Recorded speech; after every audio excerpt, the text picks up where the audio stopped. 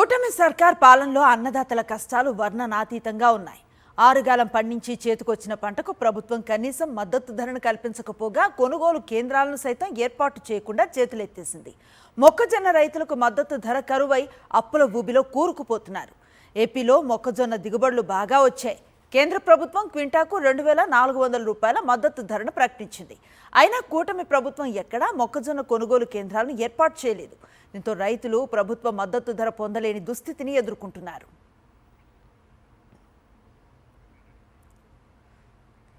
దీనిపై మరింత సమాచారం మా ప్రతినిధి రాజు అందిస్తారు.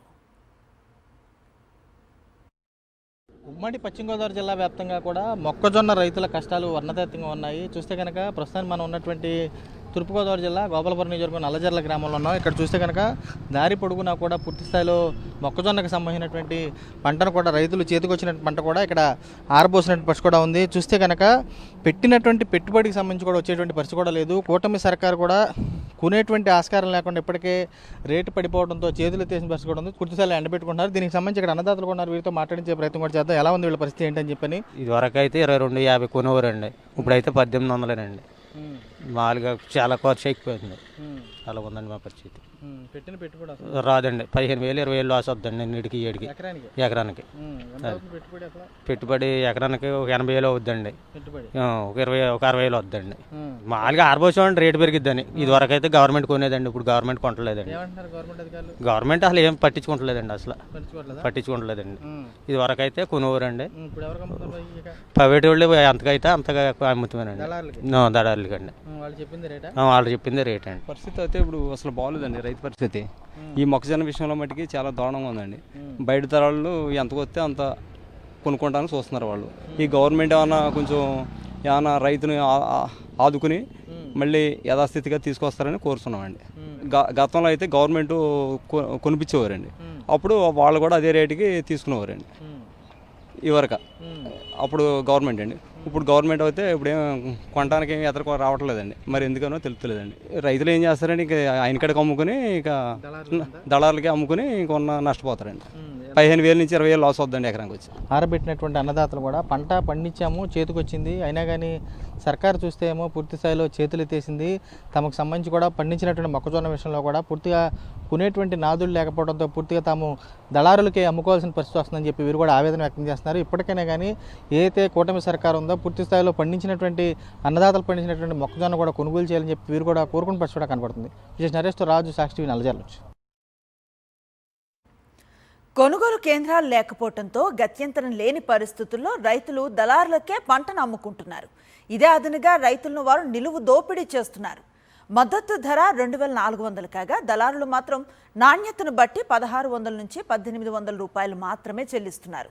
వైఎస్ జగన్ సీఎంగా ఉన్న హయాంలో తమ పంటకు గిట్టుబాటు ధర అందిందని, చంద్రబాబు సర్కార్ పాలనలో తమను పట్టించుకునే నాథుడే కరువయ్యారని అన్నదాతలు ఆవేదన వ్యక్తం చేస్తున్నారు.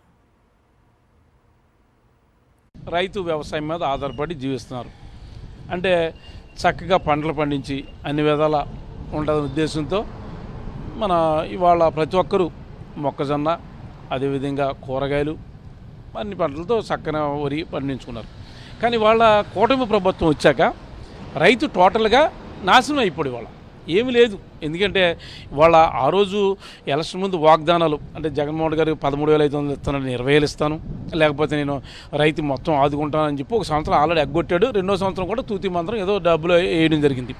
ఆ రోజులో జగన్మోహన్ గారు అయితే కరోనా కష్టకాలం 2 సంవత్సరాలు ఉన్నప్పటికీ ఏ రోజు కూడా రైతుని ఇబ్బంది పెట్టకూడదు, దేశాన్ని విముఖ రైతు అనుద్దేశం రైతుకి పెద్దపేట వేసి అన్ని విధాలు ఆదుకునే వరకు సుమారుగా దేశంలో ఎక్కడా లేని విధంగా ఆంధ్ర రాష్ట్రంలో రైతు భరోసా కేంద్ర 10,000 రైతు భరోసా కేంద్రాలు ఏర్పాటు చేసి దాంట్లో కూడా అగ్రికల్చర్ అసిస్టెంట్ని కూడా ఒక మండలానికి కాకుండా ప్రతి గ్రామానికి ఒక అగ్రికల్చర్ అసిస్టెంట్ ఏర్పాటు చేసి దానికి ఈ క్రాప్ నమోదు ద్వారా రైతుని కొనడానికి ఏర్పాటు చేయడం జరిగింది. ఇవాళ అదంతా తూతి పక్కన పెట్టారు.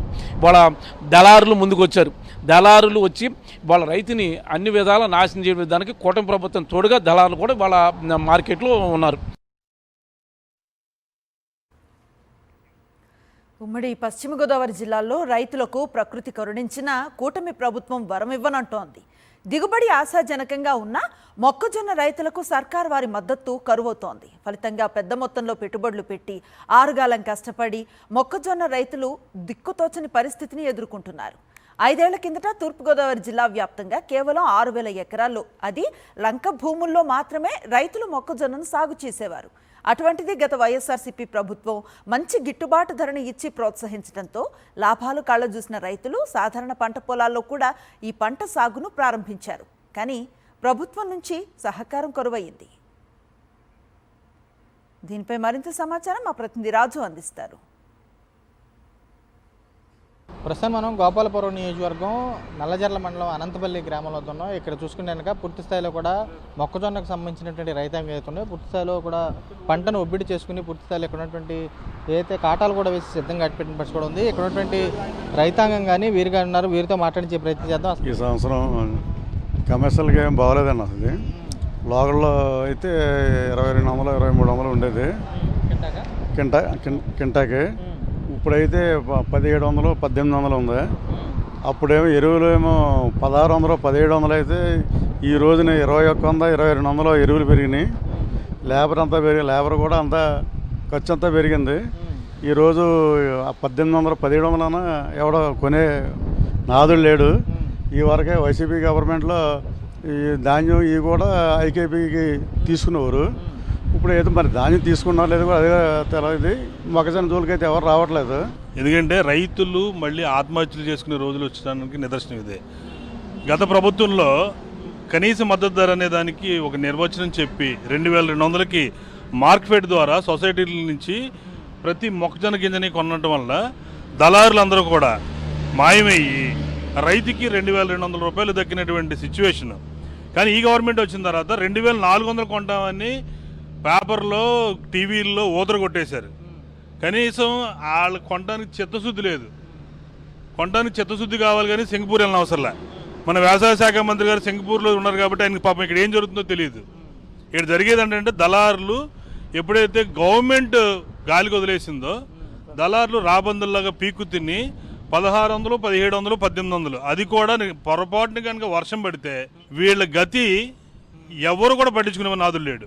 చూస్తే కనుక మద్దతు ధర ఏదైతే ఉందో ప్రధానంగా చూస్తే కనుక 2000 క్వింటాకి సంబంధించి 300 ఇవ్వాల్సినటువంటి మద్దతు ధర కూడా పూర్తి స్థాయిలో 1600 1700 కూడా కొంటూ దళారులు దోచుకుంటున్నారు. ఇప్పటికే గతంలో చూస్తే కనుక ఏ పంట పండినా కానీ రైతు భరోసా కేంద్రాల ఉండి కొనేవాళ్ళు ఇప్పుడు రైతు సేవా కేంద్రాలను పేరు మార్చారు. కానీ రైతులకు సంబంధించి అసలు సేవలు అందించడంలో పూర్తిగా విఫలమయ్యాయి. పూర్తి స్థాయిలో కూడా ఇప్పటికైనా కేంద్ర రాష్ట్ర ప్రభుత్వాలు కళ్ళు తీర్చి ఇటువంటి మొక్కజొన్న రైతులు ఆదుకోవాలని చెప్పి వీరు కూడా డిమాండ్ చేసిన బస్సు కూడా కనపడుతుంది. నరేష్తో రాజు, సాక్షి టీవీ, నల్లజర్ల నుంచి. మద్దతు ధర రికార్డులకే పరిమితం కావటం, క్షేత్రస్థాయిలో లేకపోవడంతో మొక్కజొన్న రైతు కుదేలయ్యాడు. ఎకరాకు 80,000 నుంచి 50,000 వరకు నష్టం వాటిల్లే పరిస్థితుల్లో తప్పనిసరి కష్టాన్ని దళారుల పాలు చేసి ఇచ్చిందే తీసుకుంటున్నారు.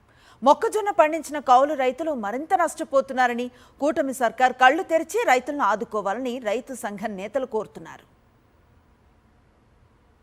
రాష్ట్రంలో మొక్కజొన్న రైతుల పరిస్థితి చాలా దయనీయంగా మారిపోయింది.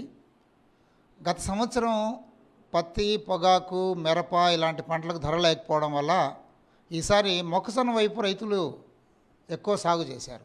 గత సంవత్సరం 7 నుంచి 8 లక్షల ఎకరాలు సాగు చేస్తే ఈ సంవత్సరం 11 నుంచి 12 లక్షల ఎకరాలు మొక్కజొన్న సాగు చేశారు. అయితే దురదృష్టం ఏమంటే సాగు విస్తీర్ణం బాగా పెరిగింది, సాగు దిగుబడి కూడా బాగానే వచ్చింది. కానీ ప్రభుత్వం మొక్కజొన్నకు మద్దతు ధర ప్రకటించింది. 2400 రూపాయల క్వింటాలకు కొనుగోలు చేస్తామని.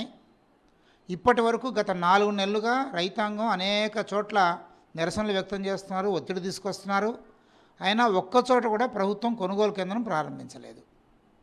ప్రభుత్వం మద్దతు ధర ప్రకటించి కొనుగోలు కేంద్రాలు ప్రారంభించకపోవడం వల్ల ఎక్కడికెక్కడ మధ్య దళారులు చాలా కారు చౌకగా 1400 నుంచి 1600 1800 వాళ్ళ యొక్క లోకల్ అవసరాన్ని బట్టి రేటు ఇచ్చి రైతుల నుంచి మొక్కజొన్న కొనుగోలు చేస్తున్నారు.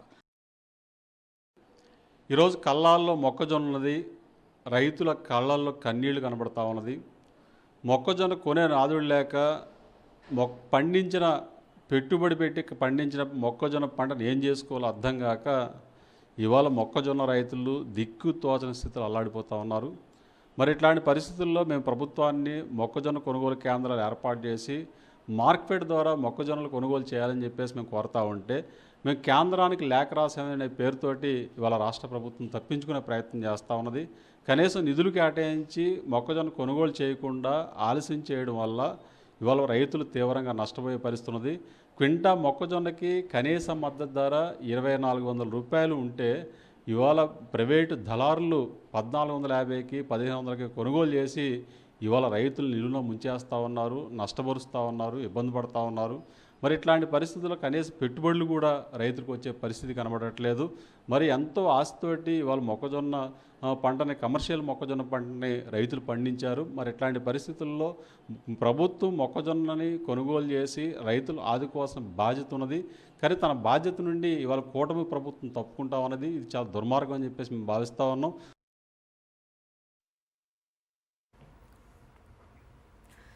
తూర్పుగోదావరి జిల్లా వ్యాప్తంగా 10,400 మంది రైతులు 16,713 ఎకరాల్లో మొక్కజొన్నను సాగు చేస్తున్నారు. ప్రతి మండలంలోనూ ఈ పంటను రైతులు సాగు చేస్తున్నారు. ఈ ఏడాది పంటపై తెగుళ్లు పెద్దగా లేవు. వాతావరణం కూడా అనుకూలించింది. దీంతో ఎన్నడూ లేని విధంగా దిగుబడి దండిగా వచ్చింది. కానీ రైతులు పంటను దళారులకు అమ్ముకోవాల్సి రావడంతో నష్టపోతున్నారు. గతంలో తోటల వద్దకే వచ్చి కొనుగోలు చేసే పరిస్థితి ఉండేది. కానీ చంద్రబాబు ప్రభుత్వం దీనికి విరుద్ధంగా వ్యవహరిస్తూ ఉండటంతో రైతులు నష్టపోతున్న పరిస్థితి ఉంది.